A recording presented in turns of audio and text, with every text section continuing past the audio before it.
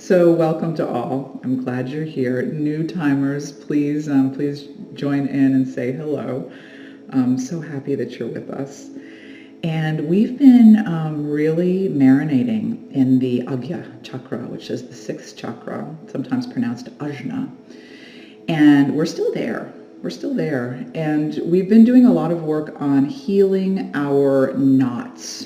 Granthi, they're called in Sanskrit, which are psychic knots that block the energy flow through the body. There are three. Rudra is here at the third eye. Okay. Then we have Vishnu and we have Brahma. Brahma is at the root. So those are the three that we've really been focusing on. And Rudra is about this, this really tight clinging to the ego self, this belief that we are just individual beings, isolated and alone, which makes us feel anxious, right? So let's come to a seat on our mats. And we're going to start off. I had my roller on my mat. I managed to tweak my back just a little bit this morning. I don't know if it was me hefting those lemonade, big bottles of lemonade. You'd be surprised at how heavy they are, or what it was. So we're going to start off in a seat, and then we're going to come onto our backs. So come to a seat and feel yourself dropping down here. Hands are on the knees.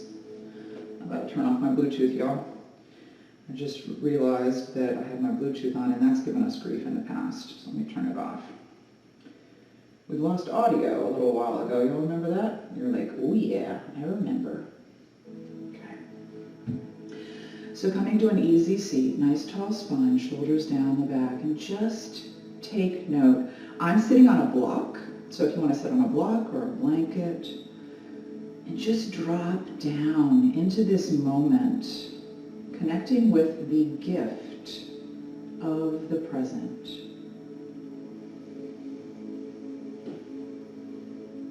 Big belly breath, eyes are closed. Just taking stock, kindly, compassionately checking in with the body.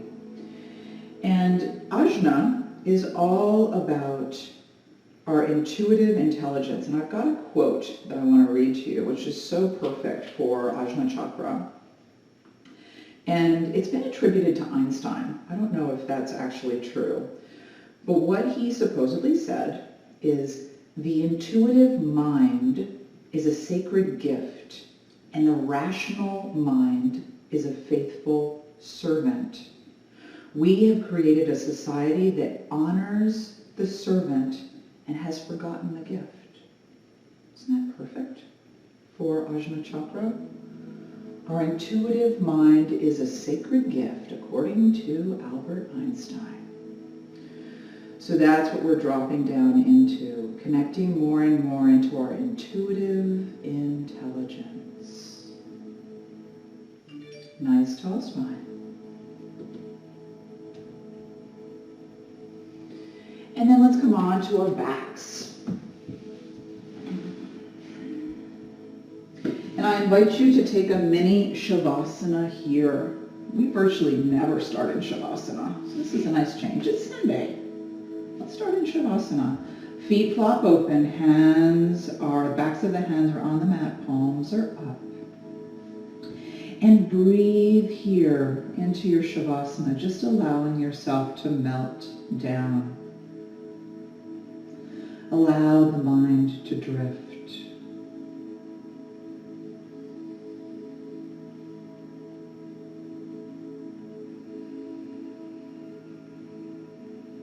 Letting things become just a little bit clearer as you settle into this moment, into this body. Yoga. The root of yoga in Sanskrit is yuj, which means to yoke, to unite. This is the unification of the mind and body. And Ajna is the unification of Shiva and Shakti. So let's inhale that right knee into the chest, hug it in. So Shiva and Shakti, and if you look at Ajna Chakra, It's a 2-petaled lotus. And then gently twist open. This is just the beginning of practice. Have this twist be really gentle, really slow. And as I always say, we don't need to be synchronized swimmers here. So follow your own breath. Follow your own timing. We're inhaling the knee into the chest. And we're extending the leg long on the exhale. Arms can reach overhead if that feels good. Nice falling out breath. And then inhale the knee into the chest. Stretch it out. Left side now. This is my left knee into the chest. And twist it out. Moving slow, closing the eyes, really connecting with how this feels. Gently wringing out the spine. Eyes are closed, rolled up and in Sambhava Mudra. It's like as if you're trying to look at the third eye, look into the brain. This is very stimulating for the pineal and pituitary glands. So just flowing on your own, at your own pace. I invite you to keep the eyes closed. We inhale when the knee comes into the chest. We exhale on the twist.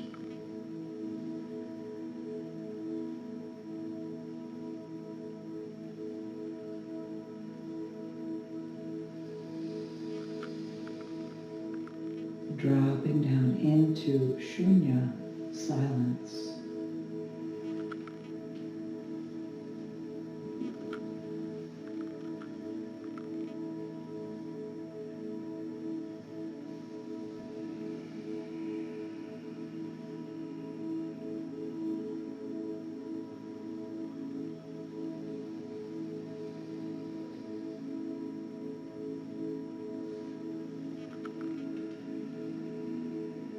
Let's do one more on either side.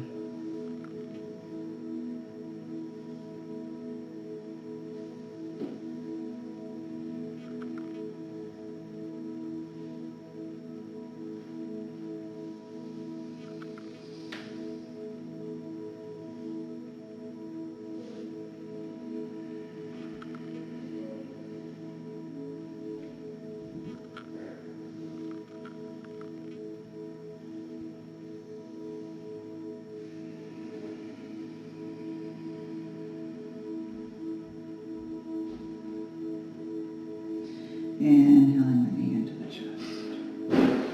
And then bring both of the knees into the chest and just rock it out. Rock left to right if that feels good on the lumbar spine. Roll it around.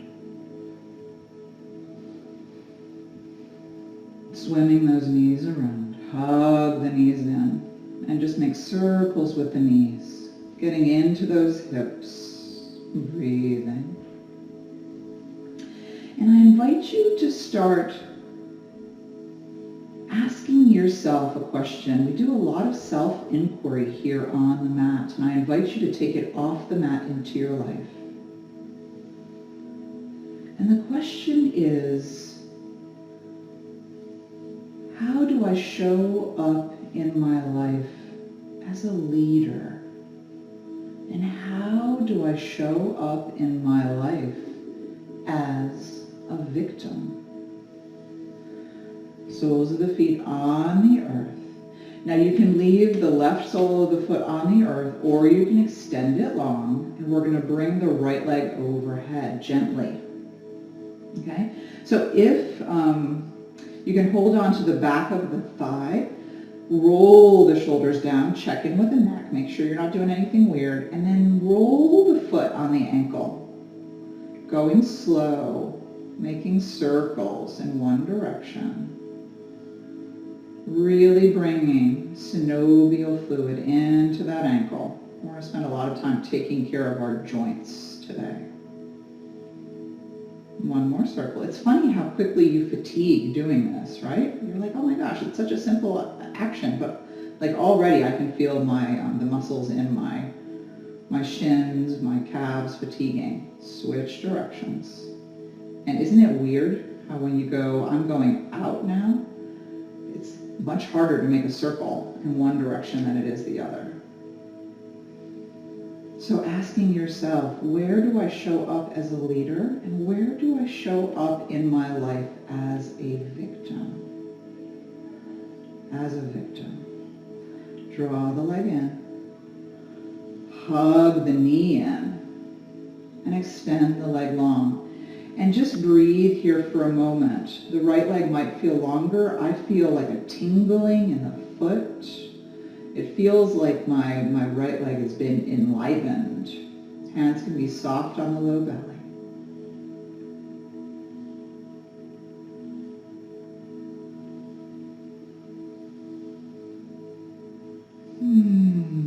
Falling out breath. Just relax. And now let's bring the left leg up.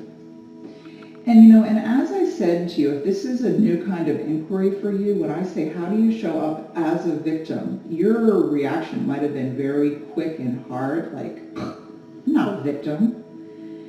And I invite you to kind of maybe shift your perspective here, making circles with that foot. Because what I mean by being a quote-unquote victim, and I'll give an example for myself, is I'm like a doer, right? I'm the kind of person where I feel like I often have to be in movement, doing for others in order to earn their love. And, helping others whom I love, there's nothing wrong with that as long as it comes from a place of I feel like I have that energy to give. And I do it with a loving and grateful heart, right? So I shared this with y'all a while ago. It happened a few months ago where we were having dinner outside on the deck. It was a beautiful, beautiful day. Ooh, man, my shin is getting tired. Switch circles. If you haven't switched yet, go in the opposite direction. Oh, it doesn't look like a circle at all. What's up with that foot? It looks like my foot's just kind of flopping around. Ooh, bring it down. Holy moly. Hug that left knee in and extend the leg long. And breathe here in your mini Shavasana. Palms up, feet flop open. So we were having this lovely dinner, chatting. It was like 6 of us, I think. Vermette had arrived just a few weeks prior.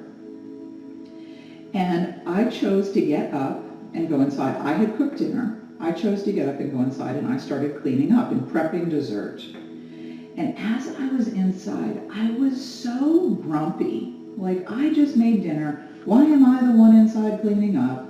And just this really grumpy, bring those knees in, kind of, mindset, right? And I had to stop myself. I had a mini epiphany in that moment where it's like, wait a second, I could still be sitting outside. I'm the one who chose to go inside. I'm the one who, took that action, and then I slid into that feeling of I'm so taken advantage of, right?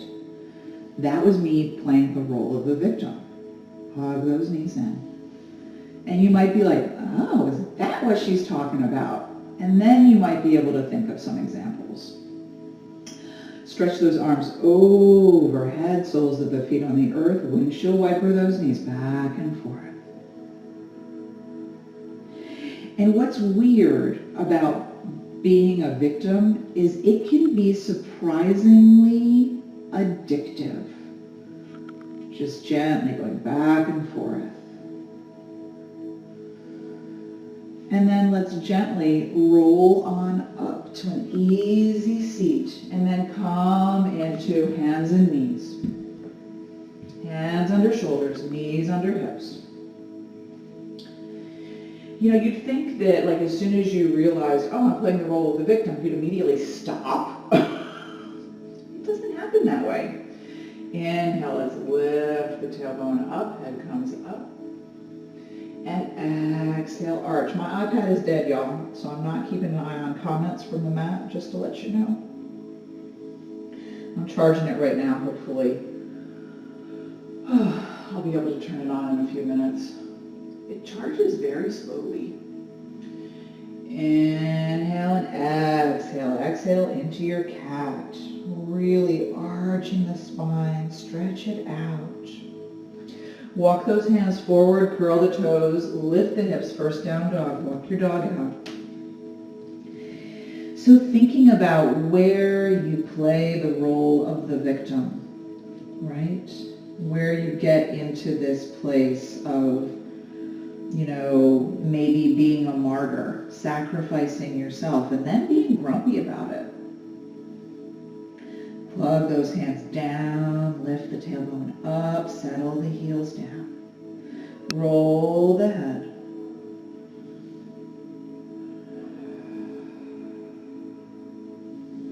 And then step that foot forward. Coming into high runner's lunge, hands frame the foot, pouring energy down that left leg, out the heel. Another breath. Drop the knee, low runner's lunge. Breathing here.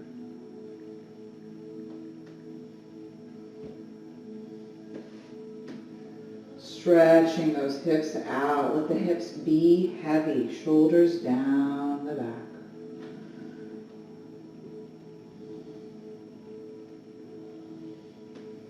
And then float the left hand, put the left hand down, float the right arm up. There we go. Stretching it up.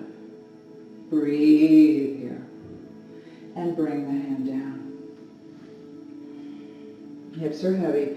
Set those hips back, toes stay down, fold over. And then inhale it forward. Bring that foot back, walk it out, down dog. Settling heels down, lifting tailbone up, head hangs heavy.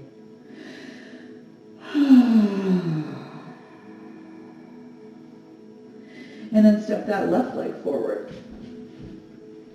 Knees over ankle. Okay. Hands frame the foot, pouring energy down that right leg, out the heel. Drop the knee down. Low runner's lunge. Breathe in. Set those hips back, toes stay down.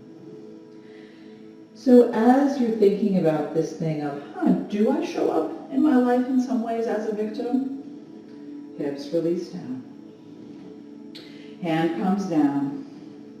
And then float that left arm up. Opening up the heart.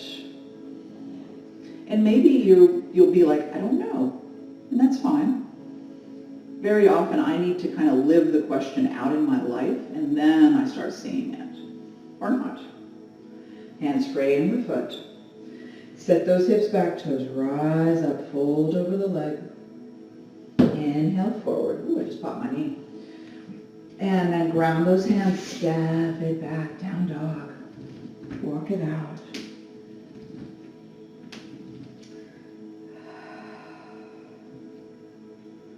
Breathing here.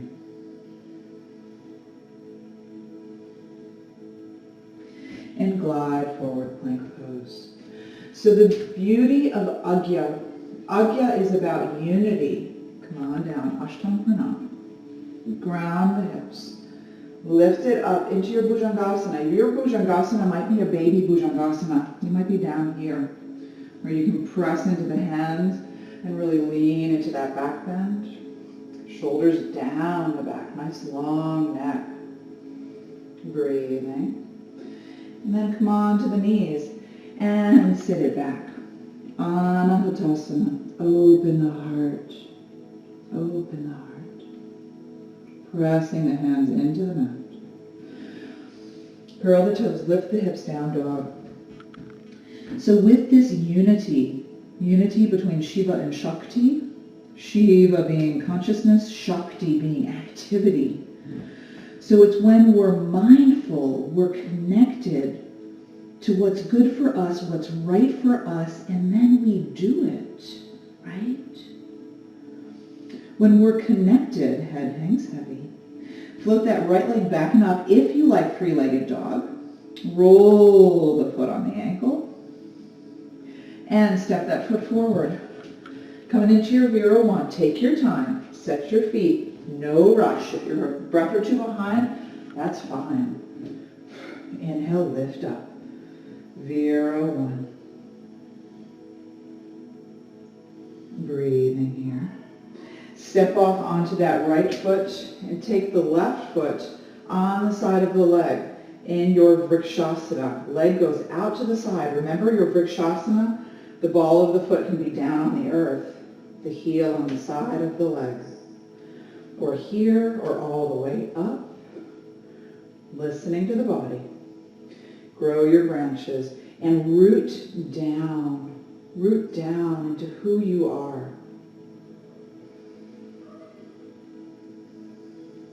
So this unity is so important with Agya Chakra, right? Because so often we have these personas. And one of my students pointed out that persona, step it back, literally means mask in Latin. Inhale it up. These personas, how we show up in the world as a spouse or significant other. Open it up. Virabhadrasana 2. Lengthen your stance. Hands can be turned up, releasing the shoulders down the back or turned down. Breathe here, stretching from fingertip to fingertip. How we show up as a work colleague, how we show up as a sibling, how we show up as a child. Breathing. And then straighten that leg and glide into our Trikonasana, reaching forward. And then we pivot our arms down. So we might be here on our shin, we might be on our thigh, we might be on a block. Okay?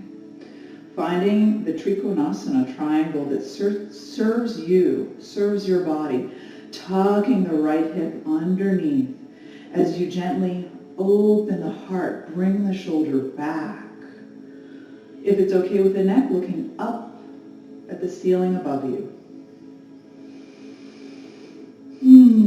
Breathe here in your triangle. And inhale it up. So where it gets really interesting with these persona is very often they're in conflict with each other, right? All the shoulds that layer on top of each other. Us running around, and possibly feeling like victims. Taking your reverse. Keep that front leg bent. And then side angle. The side angle of your choosing. I typically do forearm down. That's what feels good in my body. You can also drop the hand down onto a block. You can drop the hand all the way down onto the earth. Listen to your body. And breathe into that long line of energy all the way from the long edge of the left foot, up the leg, up the obliques, and out the fingertips. And drop it down and around. Vira 2. And then hands other side of the foot, come on down. And let's come down into our child's pose. Widen the knees, touch the toes. So when you're able to start unifying, where you're sidestepping the persona, and you drop down more and more into Atman, your true self. That's when you're able to connect more and more to your ability to lead. Being a leader without a title. Breathing here in your child's pose. And then walk your hands to the left. Heavy right hip. Stretching all the way. You can probably feel this really big in the outer shoulder. Maybe down into the intercostal muscles that enrobe the ribs on the right side. Falling out breath. And then come through center. And walk your hands to the right.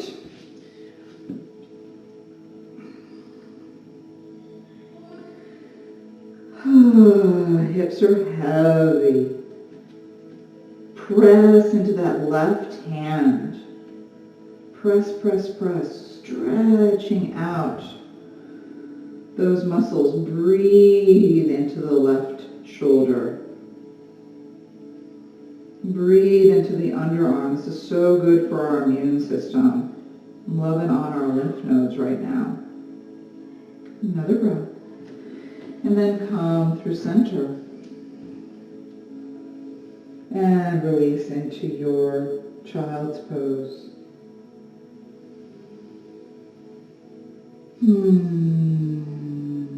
Arms are just loose and limp. If you can't get your forehead down onto the mat for this child's pose or future child's poses in this class, I invite you to grab your block. Because it's really sweet to have ajna pressing down into the earth or pressing down into a mat. Roll the eyes up and in Sambhava Mudra. And then gently come on up. Plug the hands in, curl the toes, lift the hips down, dog. Walk your dog out. Head hangs heavy, roll the head on the neck. And now we're going to do that same flow on the other side. Tailbone rises up, head drops down. And float that left leg back and up. If you like three-legged dog, rolling the foot. I always invite you, step that foot forward. To listen to your body first and foremost. So much more important to listen to your body than to listen to my voice or my suggestions. Hips are squared forwards towards the front of the mat. Arms reach up, pouring energy down into the feet. And then step off onto the left foot. And then step the right leg up into your Vrikshasana, your tree. So remember that the ball of the foot can be on the earth. The knee goes out to the sides, hands at the heart space, grounding down into that left foot, and then reaching the arms up, tree sway. Did you all see me? I almost lost it. Good focus, gaze. Breathing here in your tree, rooting down. Another breath. Step that right foot back. Vira 1. Open it up. And then lengthen it out. Now, if you're in a place where you're like, this is new inquiry for me, and I'm not really certain, stretching from fingertip to fingertip, getting that knee over the ankle, breathing here in your Vira 2. Another breath. Where you're like, I'm not really certain, where I'm out of alignment. Leaning forward into your Trikonasana, and then come on down. What I invite you to do is just start witnessing. Bring more mindfulness to the way you show up in life. Show up. And see, do you do certain things and feel kind of resentful or grumpy? Another breath. Float it up. Vira 2. That's a good clue that you're feeling maybe taken advantage of. And that's someplace where you need to kind of, just start asking, is there a way that maybe I don't do this anymore? Reverse, and then side angle. Or if it's something where you're like, Laura, I just cannot sidestep doing this, well, is there a way to shift your perspective of how you show up so you're not showing up frustrated or angry? Another breath. And drop that arm down and around. Float on up.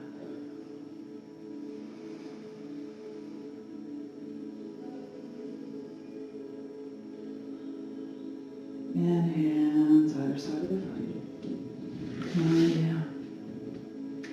You know, and what just occurred to me is we've had some interesting conversations over the past few months about striking that balance of taking care of ourselves.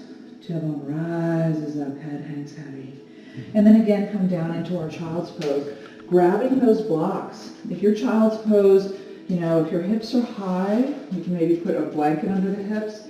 And if you're really up high, look, you can take your blocks and angle them so that you have to kind of hold on to them.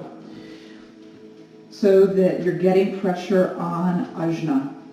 There's something that's very calming about this. Pressure on the third eye, pressure in the middle of the forehead. Okay, and as you're here, maybe you turn how the blocks are, you know, aligned as you kind of melt down.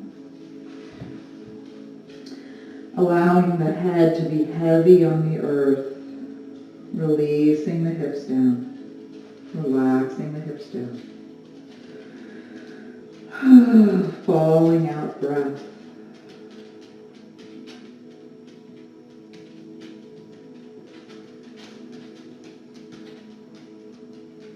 Another breath.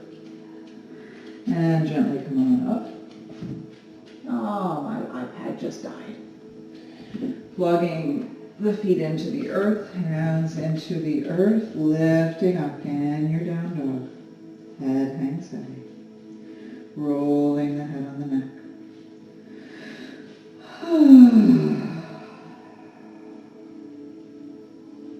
Breathing here. And then let's bring our right leg forward. Coming into our pigeon, Kapotasana. And with pigeon pose, if you have a tweaky knee, I'll show you how to do it on your back. But for those of us doing classic, beautiful open heart, feeling that squeeze through the back body. Putting anything that is helpful if the right hip is really floating, maybe your block under the hip or a blanket under the hip. And then if you need blocks to get, again, pressure on ajna, go ahead and grab your block so that you can really have pressure on ajna chakra. Roll the eyes up and in, Sambhave Mudra. For those of you who would prefer pigeon on your back, right ankle on the left knee and just float those legs up. And you can reach through and grip the shin, grip the thigh. I like to grip the shin with the left hand and I put my right hand on my right knee. That's the way I like doing reclining. Breathe into those hips, having a beautiful falling out breath.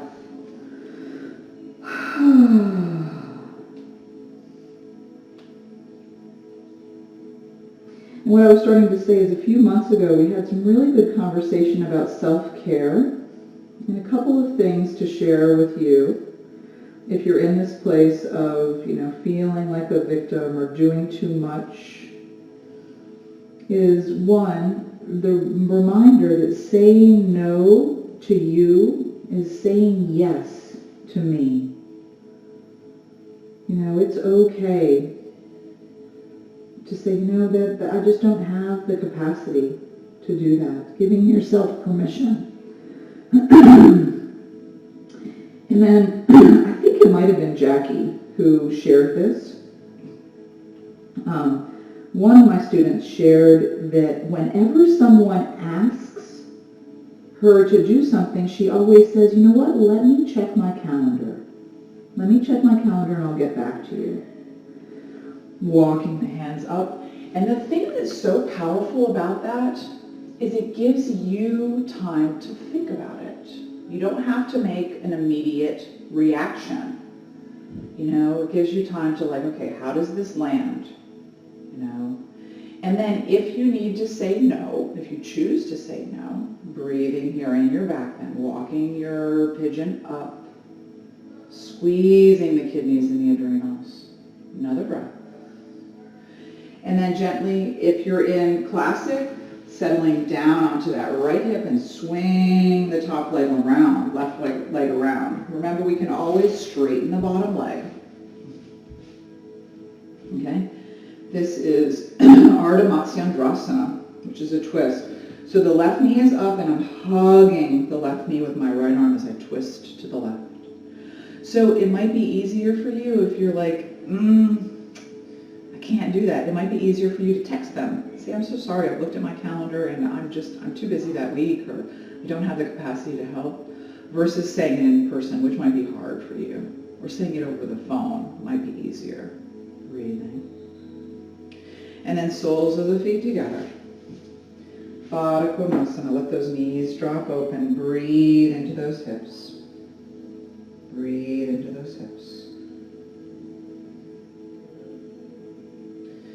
And then we're coming into pigeon on the other side. So if you're comfortable just coming right into pigeon with bringing that left leg bent and swinging it around and coming into pigeon, beautiful.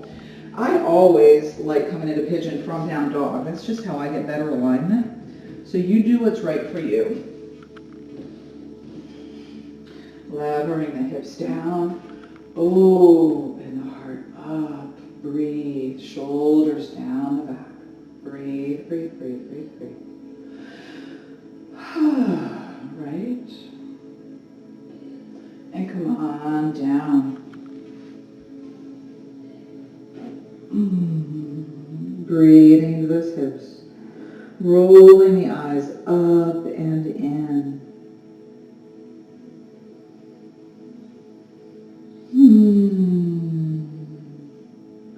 You know, on the opposite side of the spectrum of being a victim is being a leader. And we'll talk more about being a leader tomorrow, what that means. Right? Because as the pieces of the puzzle of who you are come together into a seamless whole, you'll have greater and greater access to your intuitive intelligence. You know, and as we shared with that quote at the beginning of class, that's the sacred gift, right? The intuitive mind. And I'll read it again for those of you who might have been, came in a little bit late. Okay, this is a quote from Albert Einstein, and he says, "The intuitive mind is a sacred gift, and the rational mind is a faithful servant. We have created a society that honors the servant and has forgotten the gift." And that's what Ajna is all about. Walk those hands up if you're in classic pigeon. And settle the left hip down. Swing the leg around in your Artemacia Andrasana. So keeping that back, the bottom leg bent, if you can keep the hips evenly grounded, plugged into the earth. And then our left arm wraps around our right knee.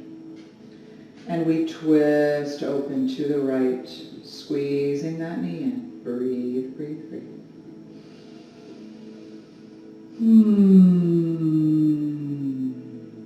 Have that feel really good.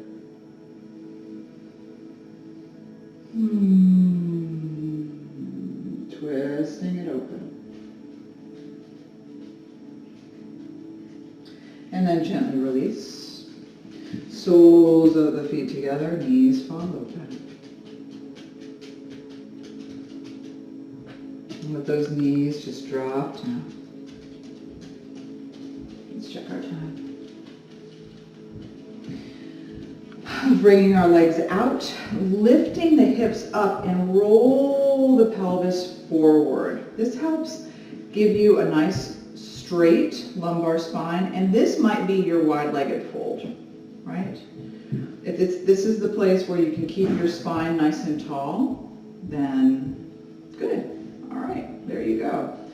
If you'd like to see if you can come down a little bit while keeping the spine nice and straight, you can just walk the hands forward slowly, grabbing the blocks, if you have them. Because again, this can be really sweet, getting your forehead down onto the blocks. Breathing. And roll the eyes again, up and in, Sambhavi Mudra, connecting to the third eye.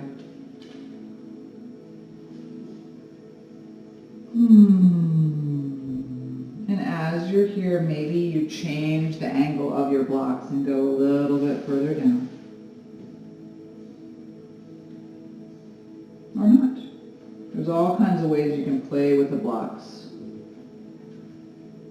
to get the height you need. Breathing into the inner groin. And stay connected with the lumbar spine. If the lumbar spine gets compressed and really rounded, then sit it back up some. Toes straight up, knees straight up. Breathing. And go inside. Go inside, seeing yourself as a seamless whole, connected to your consciousness, connected to how you manifest that in the world. Unification of Shiva and Shakti. Welcoming in a greater and greater connection to your intuitive mind, the sacred gift of the intuitive mind. And then gently sit up. And walk it down, coming onto your back. Let's do a quick Supta Padangusthasana, and then we'll settle into our Shavasana. So roll it back.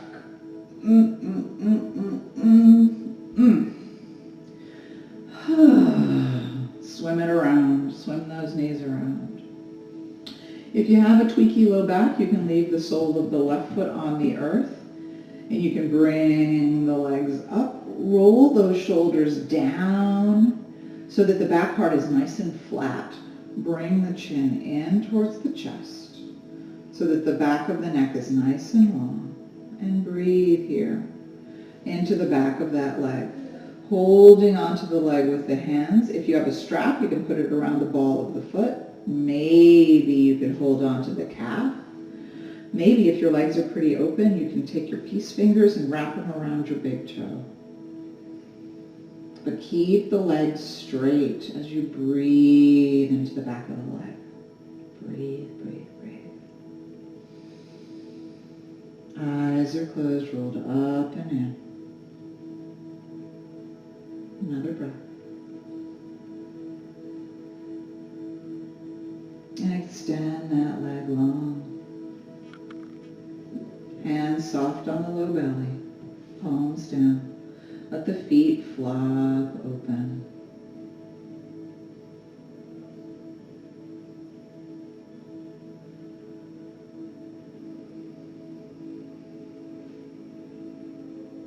Another breath. And then gently straighten out the spine if you got wonky. And then bring that other leg up.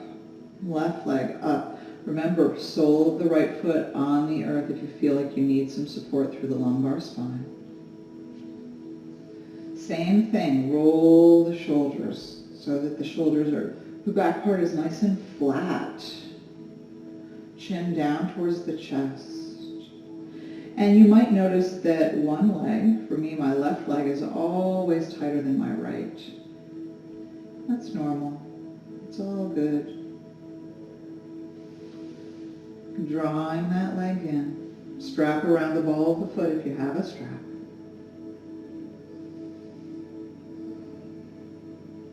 Breathe in.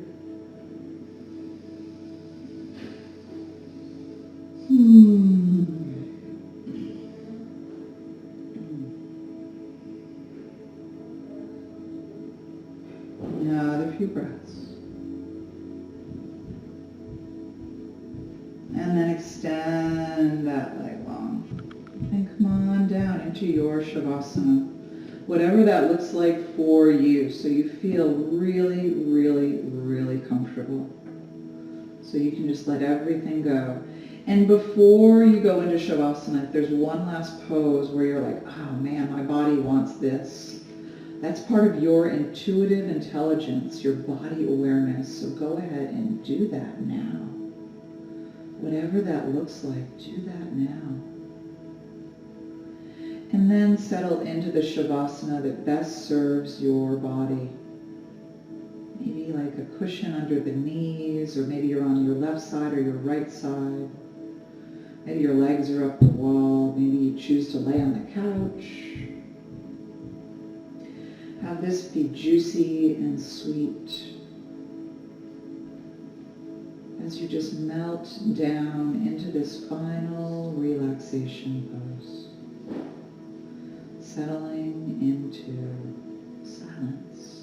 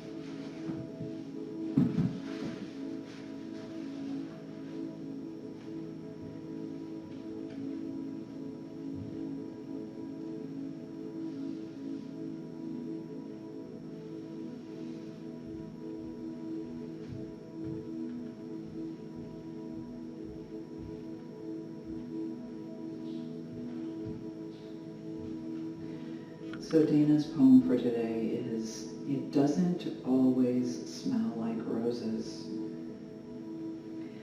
This body is not flowing with liquid energy, no. And this mind is not awash with peace. I fight myself in every posture. Muscles shriek, fear freezes bone, and a sure sense of failure grows. This, too, is practice. This ground where grief gains the upper hand and anger casts dark shadows. This, the flip side of delight, is as much the point as any pleasure. This is breathing into life.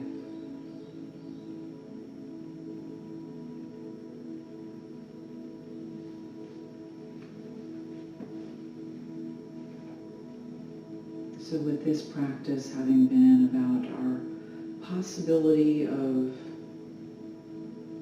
playing the role of the victim, just recognizing that this shadows part of ourself, the shadow side, it is a part of who we are. And we can work to step away from the victim mentality.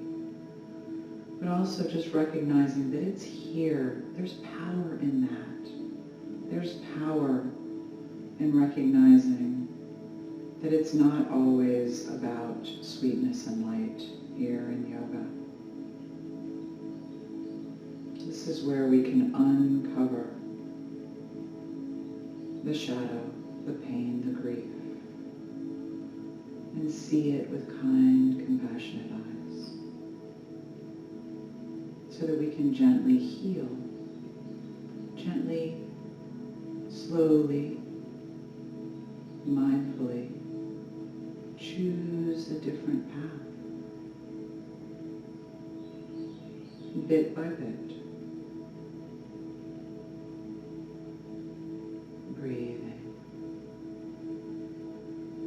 breathing movement back into the body.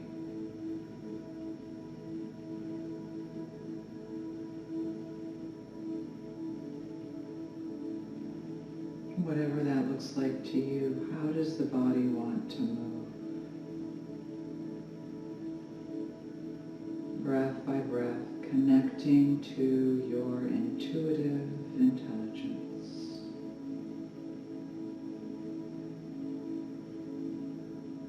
And then as you're ready, rolling over onto the right side, cradling the heart, giving yourself such a big hug.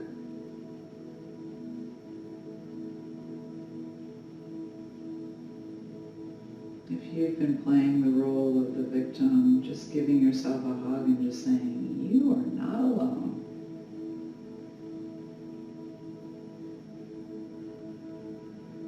And recognizing that you can step more and more into the role of being a leader in your own life.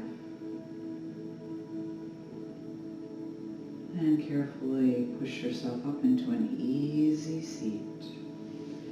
Hands at the heart space. Taking a nice big inhale so we can Om out together.